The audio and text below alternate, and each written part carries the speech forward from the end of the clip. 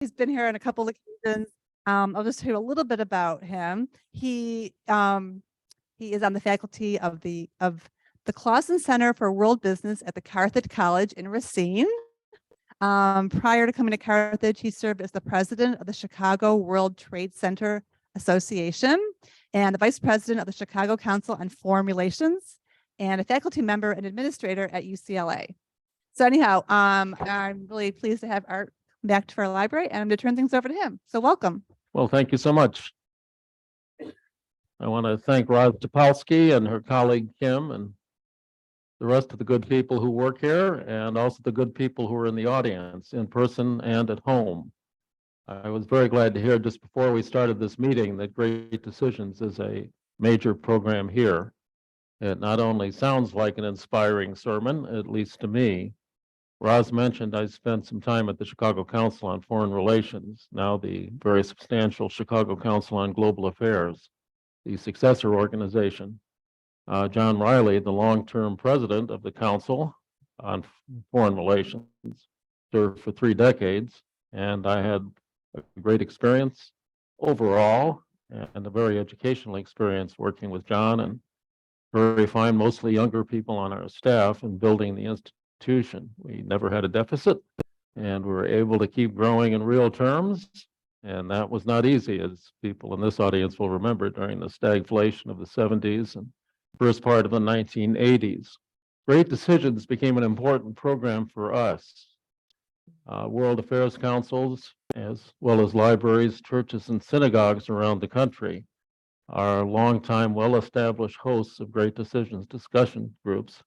John had been Foreign Policy Assistant to Senator and Vice President Hubert Humphrey, someone who I've actually admired for most of my life, and someone who is being treated quite well by history. Very honest and effective political leader in some very tough times for our country in the 1950s and 60s, including the very divisive Vietnam War period, a very honest politician.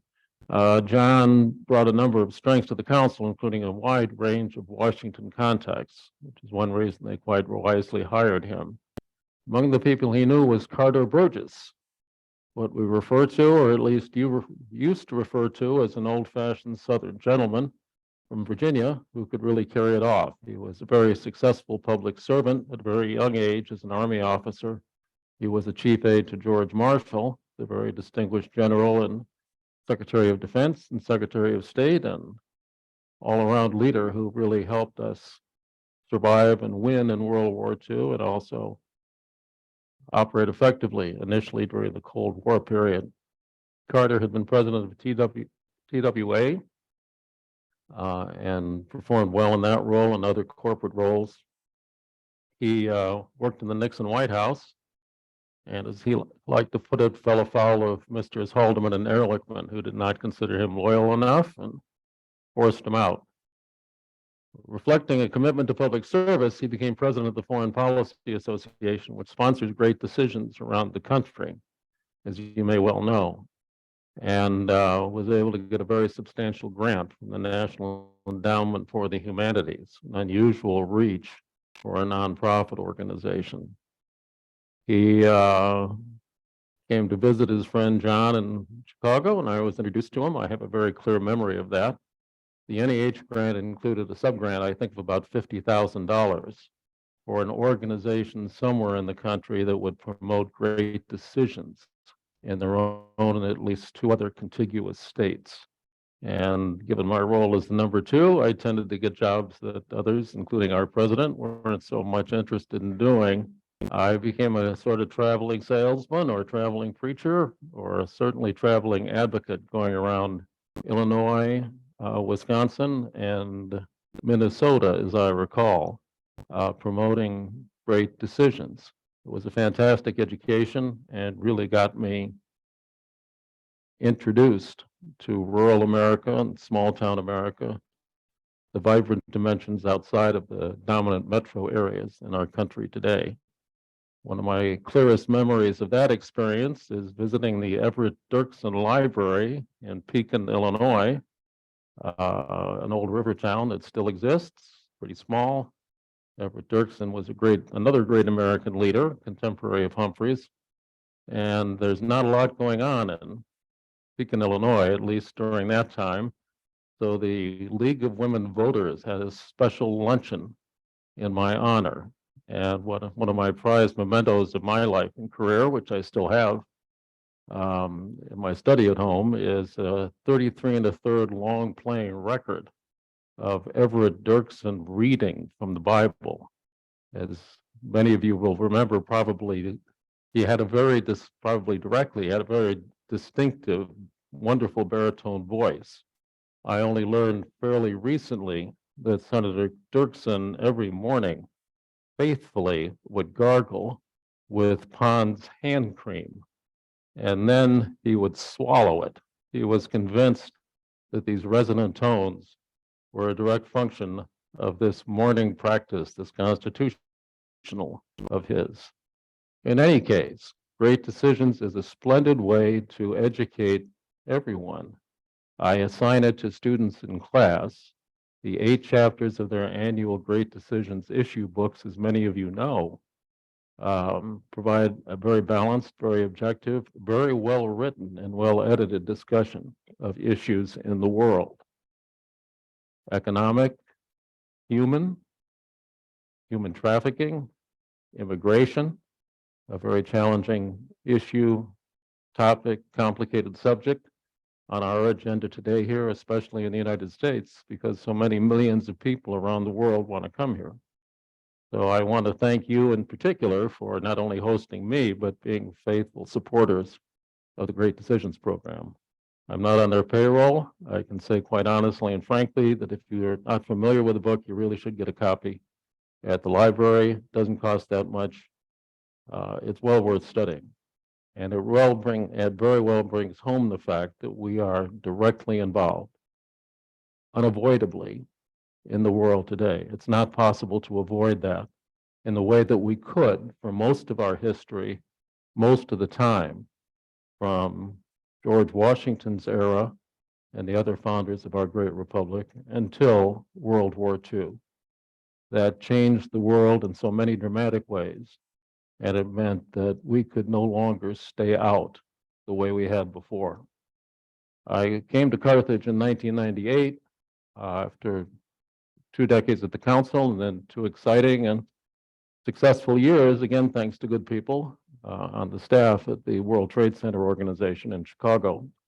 Tom Clausen is one of the more well-known graduates of Carthage College, speaking of the greatest generation, about the same age, roughly, as Mr. Burgess. He was a Carthage graduate who served in the Army Air Corps in World War II in the Atlantic Theater during the last year of the war as a navigator on a bomber. And fortunately for him and all the rest of us, he survived the war, went to law school at the University of Minnesota. He was interested in commercial banking. And he felt, I learned that what he recommended and what he did can be generally instructive for the rest of us. He felt a law degree in this country was much better preparation for the business world than an MBA. He was particularly interested in commercial banking and moved out to Southern California and got a job as a bank teller at one of the many branches of Bank of America. I have to carefully explain to undergraduates today what a bank teller was, and to some extent is, a human being behind a cage with bars, because you were dealing with real cash, paper money, coins, checks, other financial instruments. It wasn't all plastic cards. In fact, credit cards for the people generally and the public at large didn't come in until the 1950s when Bank of America introduced the Diners Club card. Before that, it was just corporate executives and corporate accounts that tended to be the credit card business. Anyway, Clausen was not only interested in a law degree in banking, but he was also very interested in the sister of his roommate at law school, who was a school teacher in Pasadena, California. And he liked to quip that he got a job at the bank right away. It took him 2 years to persuade Peggy to marry him. It was a very successful marriage. He was a very good husband. And they were married for 50 years until her passing from a very, very challenging illness.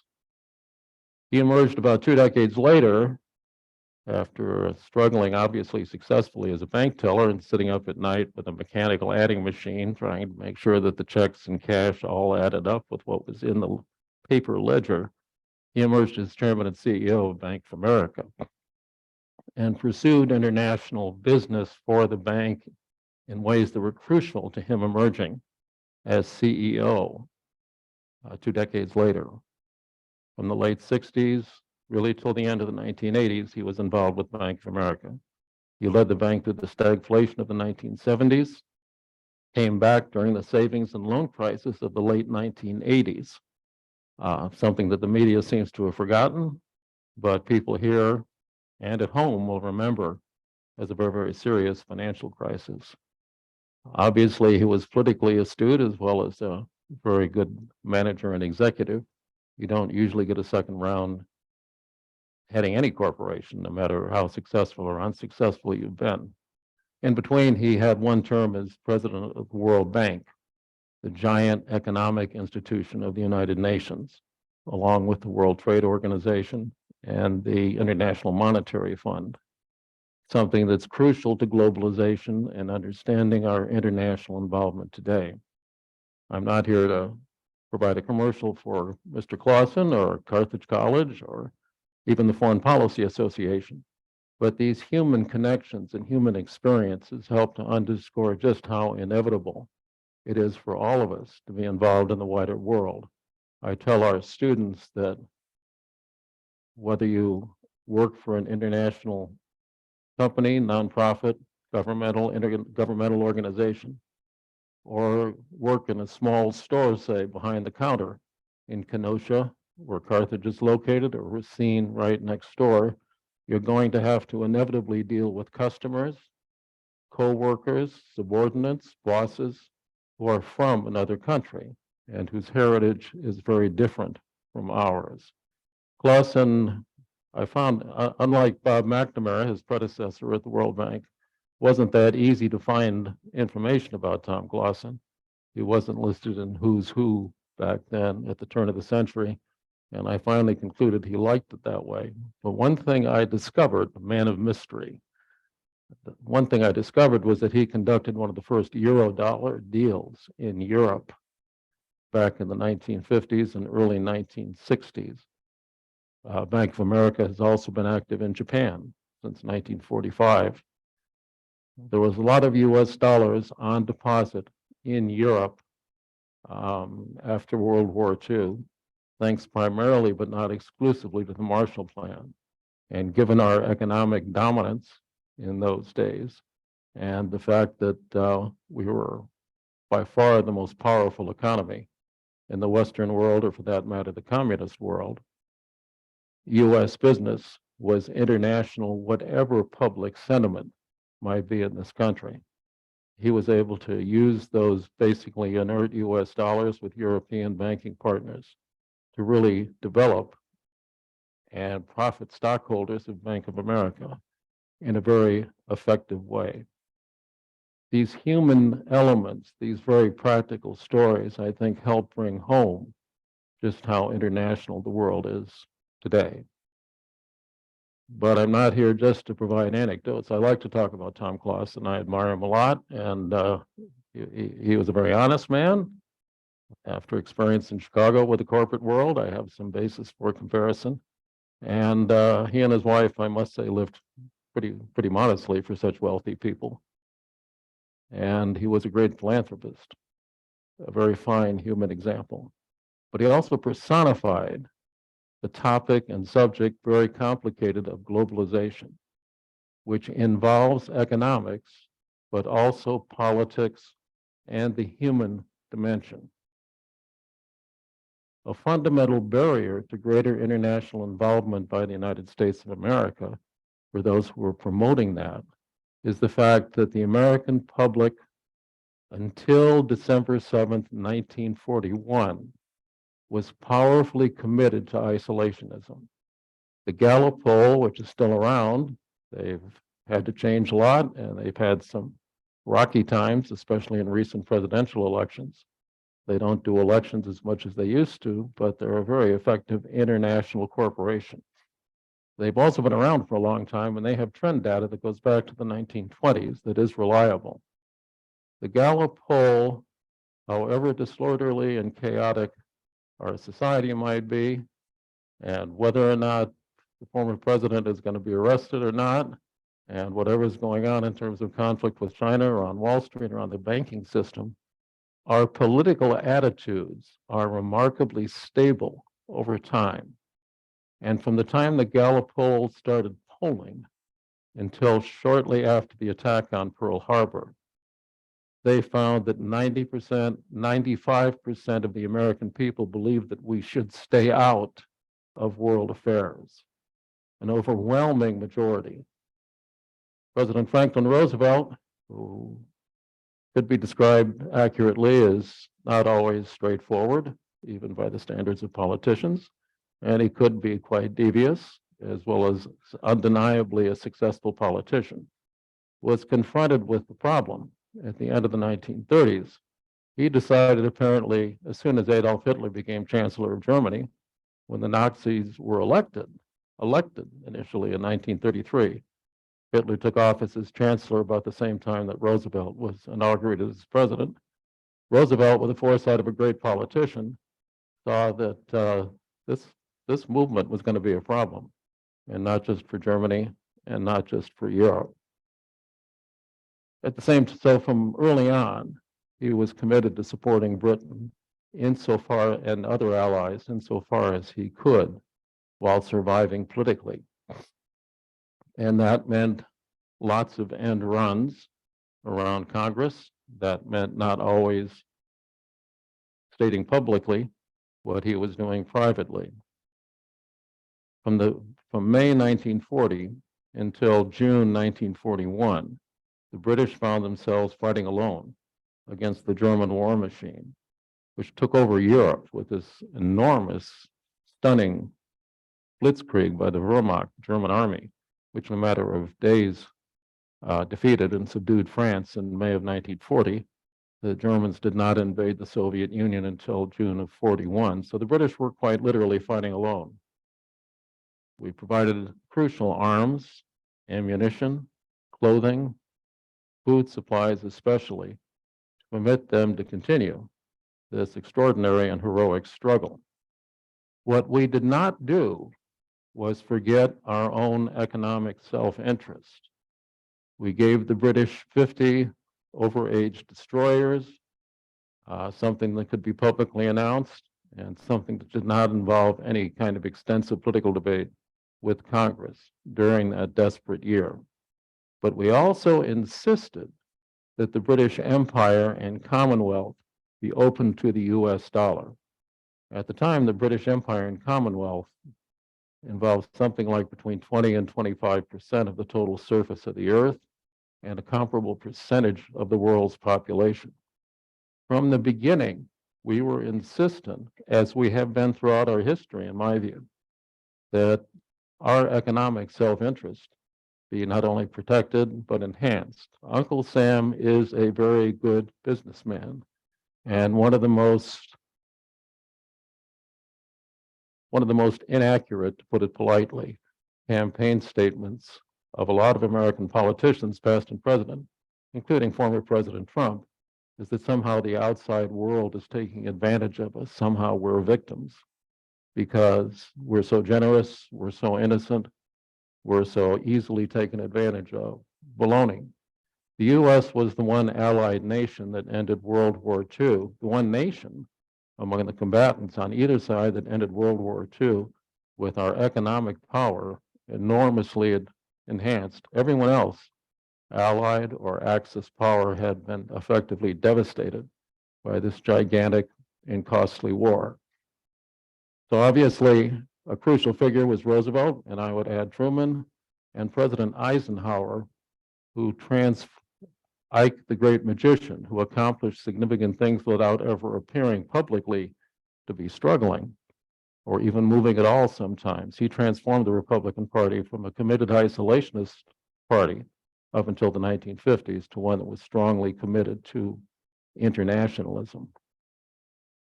The commitment to expanding our economic power and influence and we are a nation that's based essentially on the market economy and trade, was implemented from early in the war by Roosevelt and his increasingly close partner, Winston Churchill. This is not a lecture on history, and I'll have a few things to say about the contemporary environment shortly, but the historical background almost universally ignored in this country, given our great contemporary and immediate focus on the moment, I think is particularly important to understanding the complex and very important phenomenon of globalization today. I mentioned Pearl Harbor. In early spring of 1942, the Gallup organization noted a sea change from being 90% isolationist. The American people had suddenly, very quickly, in historical terms, moved to a strong commitment to international involvement. Polls from early 1942 showed that a huge majority, not 90%, but well over 50 of the American people were in favor of active involvement in world affairs, had rejected isolationism, and we never looked back. That is a strong, powerful foundation on which to conduct any foreign policy of the United States. And there's no evidence that's going to change. The Chicago Council did public opinion surveys every 4 years. The successor organization has greatly expanded this successful project. During the 70s, we noticed the Vietnam syndrome. There was indication that Americans were becoming more isolationist, but that didn't continue. It faded by the 1980s and the Reagan administration. In August of 1941, 4 months before Pearl Harbor, Churchill and Roosevelt met in secret off the coast of Newfoundland. FDR, I mentioned, was not always the most straightforward individual. In this case, he was particularly cunning, if you will. He was particularly indirect. He and his wife used to communicate by memo, given their unusual personal relationship. From the Oval Office, his favorite place, he would send out memos to lots of people, including Eleanor. One day he sent her a memo asking her for driver's license was in order because he planned to drive through New England during the summer, a leisurely vacation, and he wanted to take her with him. And then this memo was leaked to the press. He also had a bogus FDR constructed, a gentleman who looked sort of like the president and was dressed in the kind of Abercrombie and Fitch leisure clothes, which that company back in those days that outfitted the upper class, and an eccentric hat and signature cigarette holder and cigarette. And this guy was put on the stern of a sizable yacht, which floated around off the coast of New England fishing. And he would smile and wave at reporters on the shore who were allowed to get close enough to see that, yeah, it looked like the president, but they couldn't get close enough to see that actually it wasn't the president. Meanwhile, Roosevelt suddenly one day grabbed his aide, Harry Hopkins, got General Marshall, neither of whom knew this was coming. Other people that he wanted to go with him, he ignored Cordell Hull, the Secretary of State, whom he didn't care for very much. And they all went skedaddling in unmarked sedans to Union Station, took a special military train to the seacoast, and went off on a Navy ship to Newfoundland. Churchill had managed to get across the Atlantic Ocean safely on the Prince of Wales. Keep in mind that he was the #1 target. If the Germans could kill him, that would be a major coup. Thankfully for all of us, he managed to keep alive and effective throughout the war. And Roosevelt and Churchill greeted each other for the first time since World War I. They'd met when Roosevelt was an assistant secretary of the Navy before his terrible ordeal with polio. In London, Roosevelt thought Churchill was a rather noisy drunk, and Churchill thought Roosevelt was a rather silly, privileged young man from the States. And there was some accuracy to both of those. It was very important that they meet during the war, obviously, and it worked so well that they had a major, in effect, press conference afterward. Newsreels were taken, and this meeting was broadcast around the world. They declared they committed themselves to something called the Atlantic Charter, which was a statement of the four freedoms: freedom from want, freedom from fear, freedom of religion, and freedom of representation. Republicans immediately complained that this is just another New Deal, utopian, vague enterprise. But in point of fact, that declaration served as the basis for the United Nations. In December of 41, after Pearl Harbor, Churchill came back across the Atlantic, spent time in the White House. He and FDR hammered out with their staffs the details of the new UN, and throughout World War II, the United Nations was how the Allies described the ultimately victorious war effort against Germany. Economic arms of the UN, the World Bank, the International Monetary Fund, and what is now the World Trade Organization were hammered out in New Hampshire in early 44. We have a stable framework that has been remarkably successful at preventing protectionism, preventing tariffs from getting out of hand, has managed to keep currencies relatively stable, and has been very generous in global terms in providing economic aid to the poorest countries of the world. Globalization refers, I believe, in part to these stable institutions.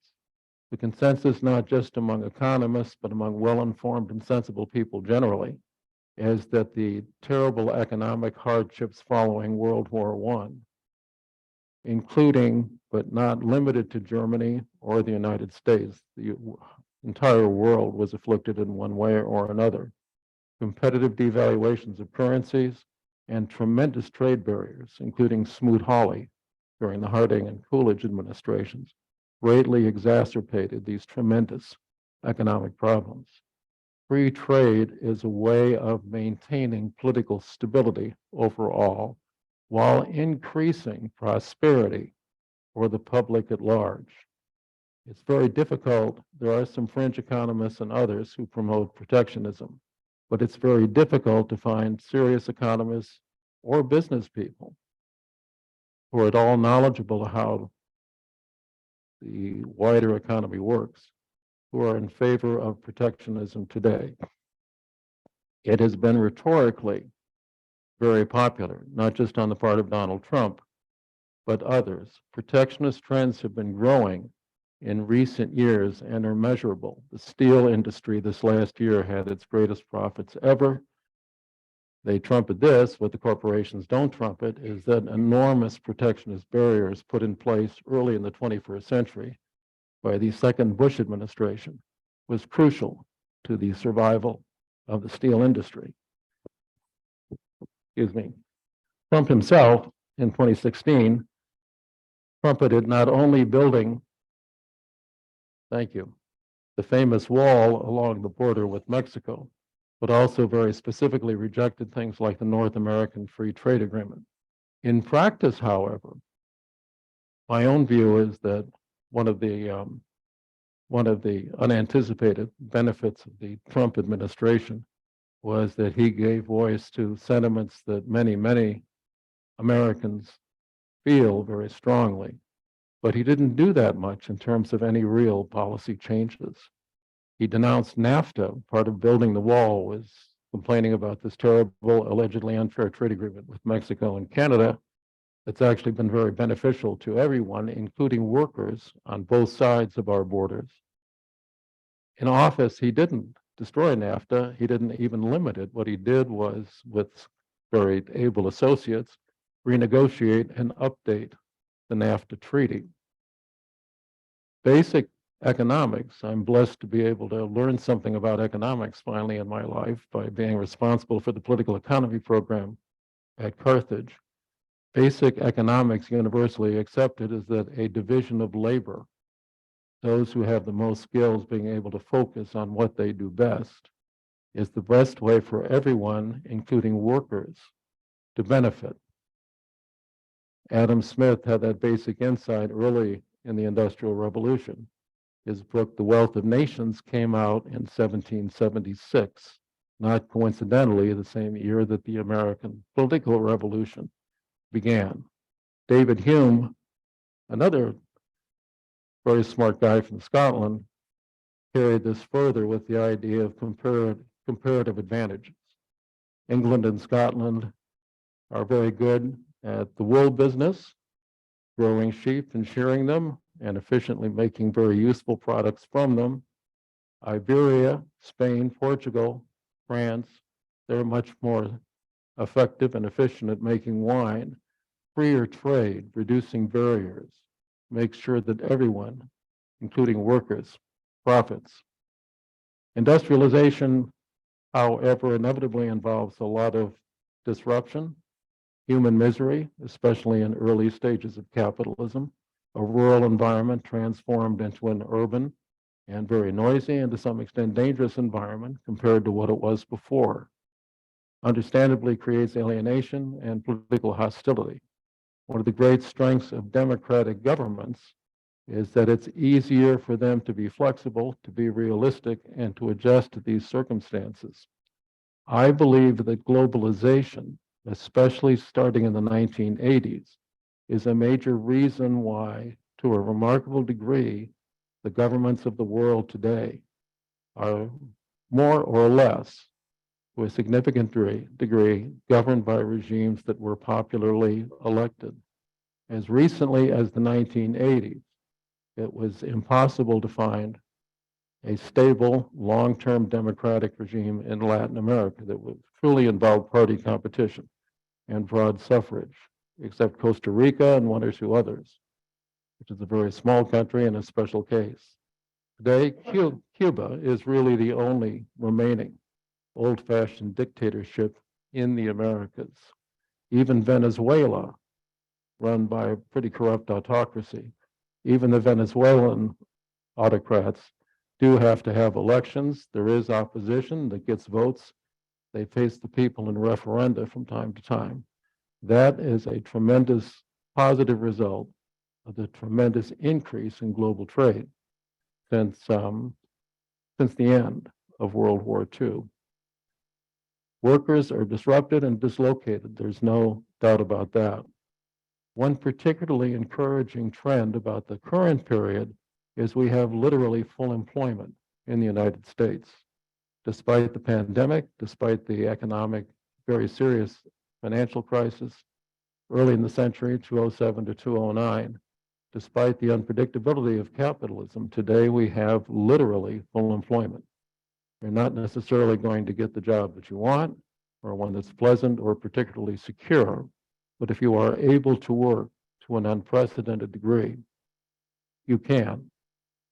I think that's particularly promising because one of the downsides of globalization is that since about 1970, as the great unprecedented post-war boom of the 50s and 60s faded and inflation really took hold, the average wage of American workers has lost ground, not just to inflation, but to the most prosperous top 1, top 10% in our country. I think if full employment can be continued, it will not only relieve a lot of the political pressure and social pressure and psychological pressure that resulted in the election of Donald Trump, but it will be beneficial for the population at large. Globalization has a very strong political dimension. The movement towards market economics means that private capital is very much in control and powerful of not only of the economy, but of the wider society. The benefits of this emphasis on the private sector are undeniable. And I think it's particularly important. And one of the points I particularly want to stress in getting ready for remarks today is that we have to look at the entire balance sheet. The United States has very heavy national debt. We have very substantial and unprecedented fiscal deficits year after year. Both parties cooperate in this very heavy spending. The last balanced budget president we had, ironically, was Bill Clinton, a Democrat. party associated as the New Deal, with greater government involvement, greater government spending, and larger deficits. Bill Clinton, like George H.W. Bush, like Jimmy Carter, like Dwight Eisenhower, gave emphasis to keeping the budget balanced and returning any surplus, and he enjoyed surpluses by the second term to the taxpayers. Like Ike, two totally different individuals, obviously, in almost every way.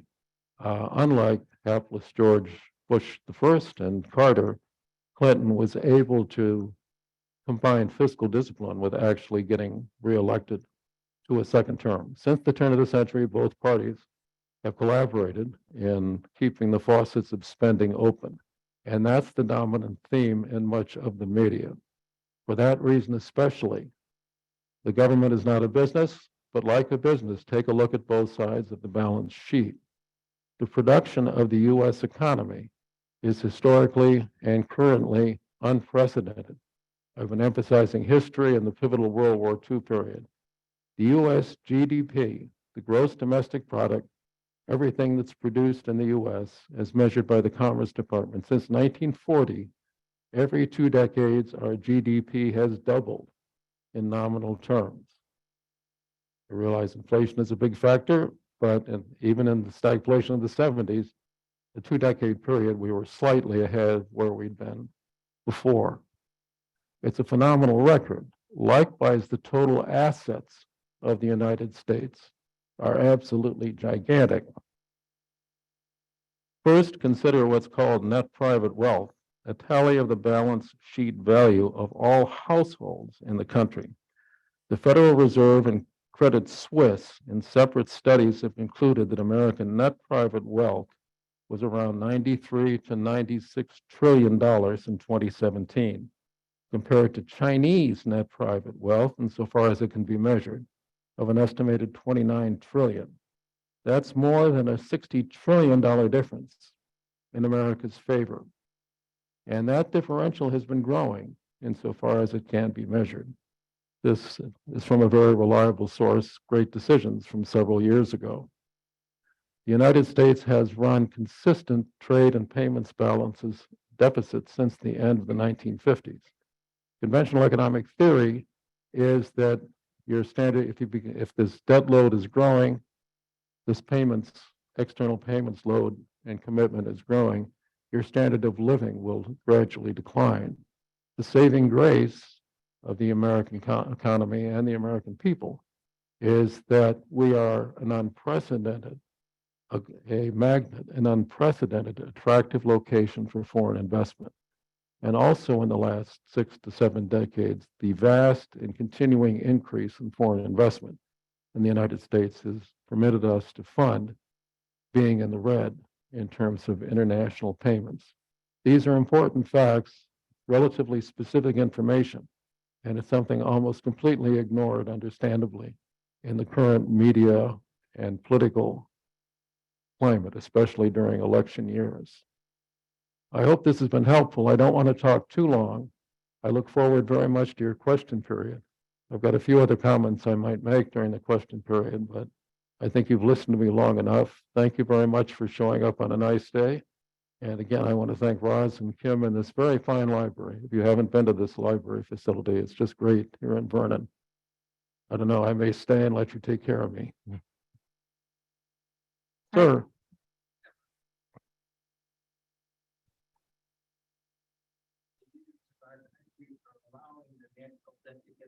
So out of control.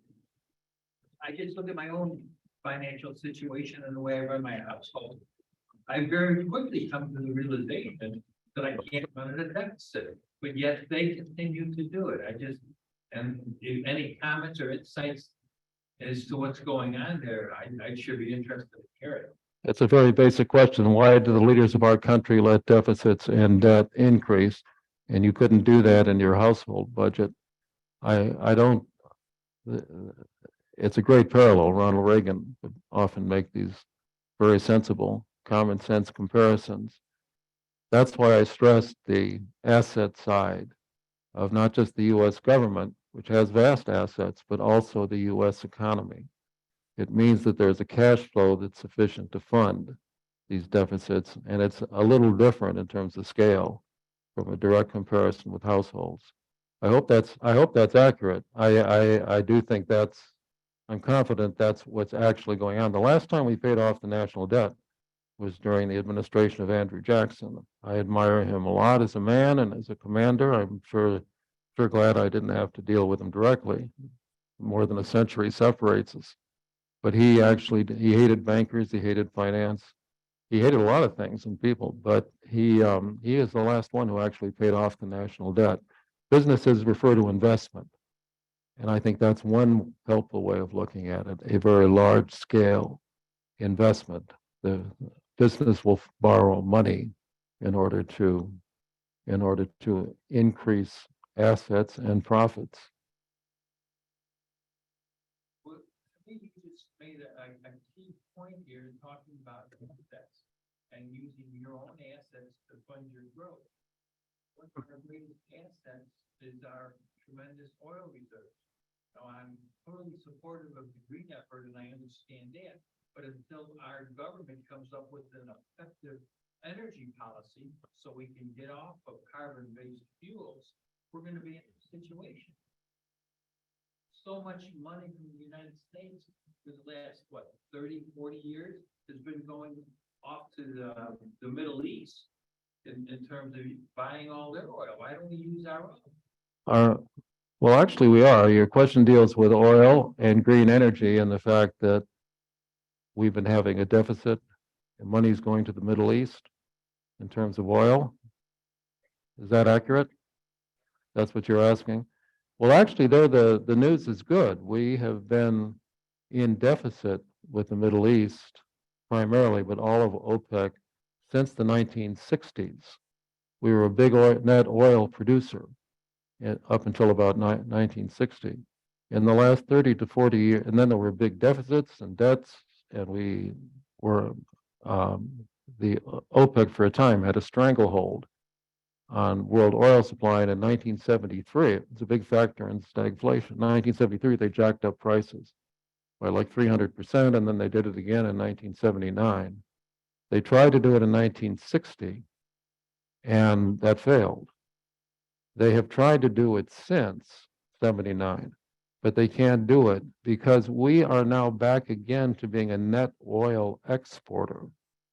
We're back to being a net oil exporter, thanks to fracking, a method that's been around for a long time, hydrological use of hydrology and water power to get oil from shale. I'm not a technical expert in any way, but that has been one big factor why we're now a net oil exporter again nationally. Another part of your question is investing in green energy, and there I think it's another case the government does not do very well in terms of trying to micromanage what's going on in the market economy, and a lot of spending on new energy under Biden and Obama especially, my understanding is it's been pretty wasteful. But environmentally friendly business is increasingly profitable. And there again, American corporations are in a very powerful position, quite apart from anything the government's doing. But in terms of oil per se, we're actually in very good shape. We're not a national deficit producer. We're not a national deficit trader when it comes to oil and gasoline. We're now making money in terms of account balances.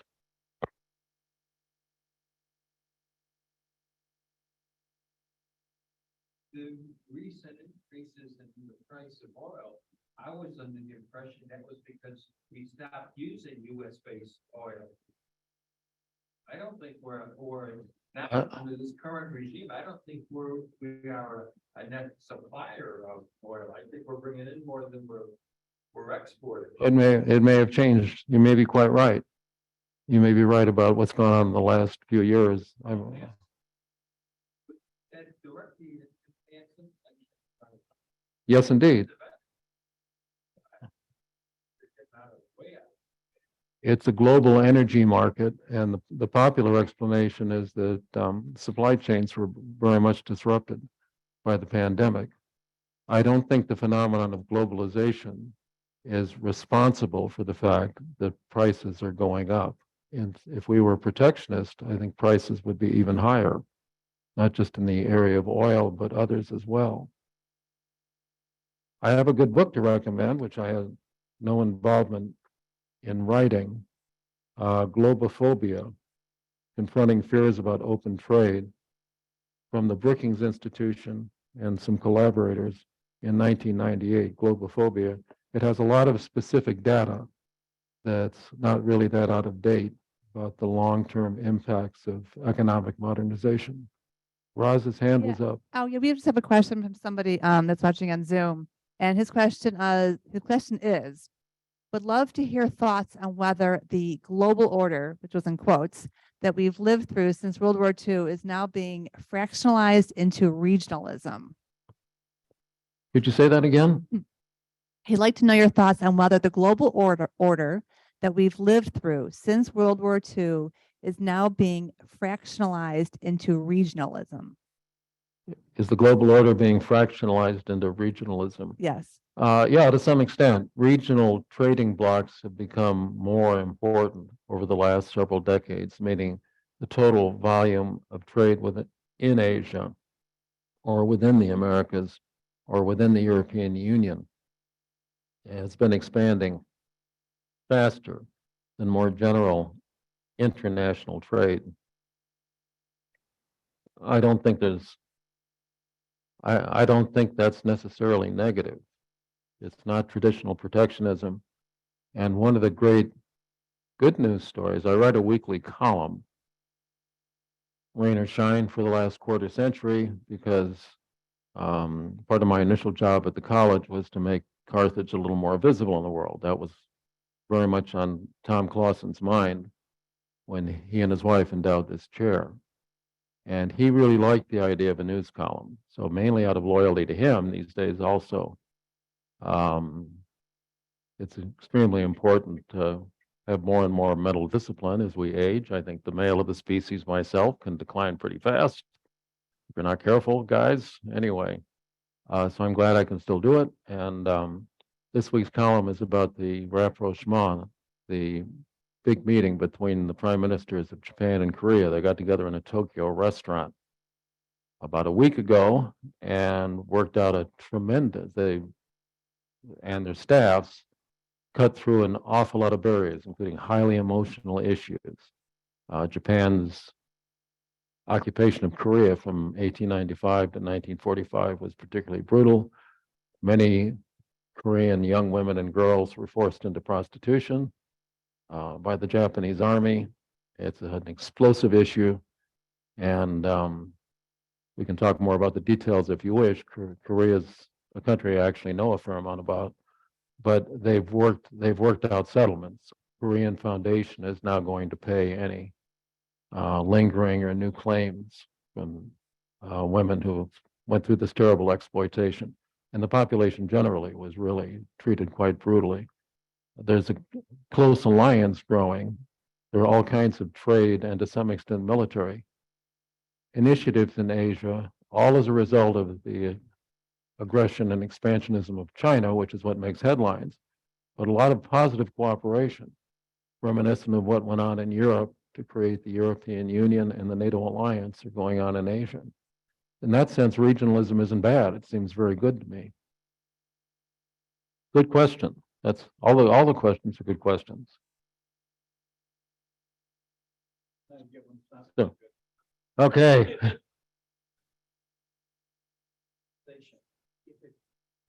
As people you'd have a world of basically everyone interacting with everybody else.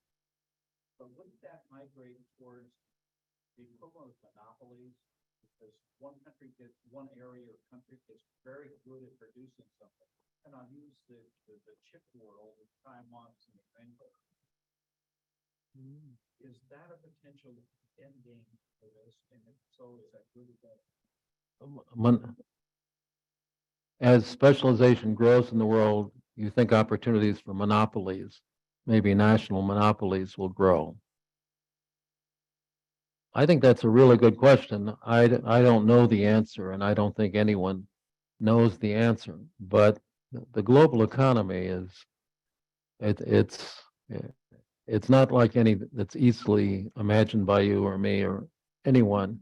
It's a vast and complicated scale, and so far, at least, it's working the other way in the sense that capital is so fluid and the opportunities to be an entrepreneur are so great that we don't have concentrated capital the way we used to. I graduated from UCLA in 1966, a long time ago, and from anyone's point of view, and I noted the fact that recruiters, uh, who's coming to campus to hire? Well, Bank of America is coming, and U.S. Steel, and United Airlines, and Procter and Gamble, and other Sears Roebuck, other major established corporations. And today, our students get jobs with all kinds of organizations one hasn't heard of, all kinds of new companies springing up, and the dominant corporations like Amazon, Apple, they're not industry specific. So my own personal sense is that there's a great diffusion of capital and business opportunities. And it's become a much more informal world. I can't imagine anybody outside of the entertainment world. I couldn't imagine anybody like Elon Musk becoming a major, very powerful capitalist very quickly because capital is so readily available for him. He gets results. Obviously, that's undeniable. And Henry Ford was also a predecessor, also a very eccentric guy with some unusual habits. But basically, if you wanted to raise money, you had you didn't necessarily have to be a white guy, but you had to be very conventional and please wear a good suit and follow the Emily Post guide to manners and keep with one wife, please, and stay. That's become much more casual, I think, because of a lot of things, including the decline of authority in the 20th century, but also capital is more readily available. I don't know if that's helpful. There's no easy answer, but national monopolies don't seem to be in any way the wave of the future. Giant corporations sponsored by governments seem to me to be much more a function of the 18th and 19th centuries and first part of the 20th century, but not today. And industrial programs and governments trying to target and develop a major industry don't work well unless it's something really earth shaking, literally like the Manhattan Project. That's where our federal government especially can be really effective at gigantic production. Very good question. All questions have been answered. That's good. Roz is moving. Yeah.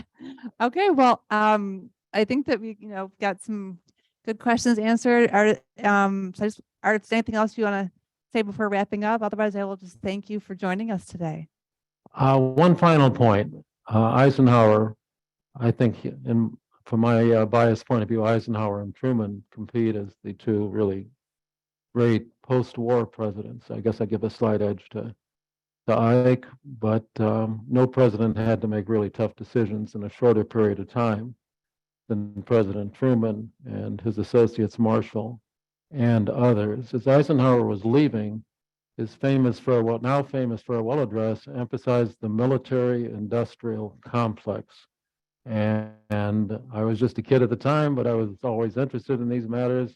Spent a lot of time at the library, reading news magazines, and my recollection is the New York Times mentioned it was a front page article, but very small toward the bottom. Ike's farewell address, this boring president, and everything was all things Kennedy in terms of headlines and the president and especially new president, especially his glamorous wife. But that was everywhere, especially the media and intellectual communities were swept away by Jack and Jackie. But it resonates more and more. And one area that I think is quite insidious, that gets no discussion at all, is the growth of private military contractors. The military has always been dependent, ours and others, on suppliers for transportation and construction and supplies and food of all kinds. But we now have heavily capitalized corporations.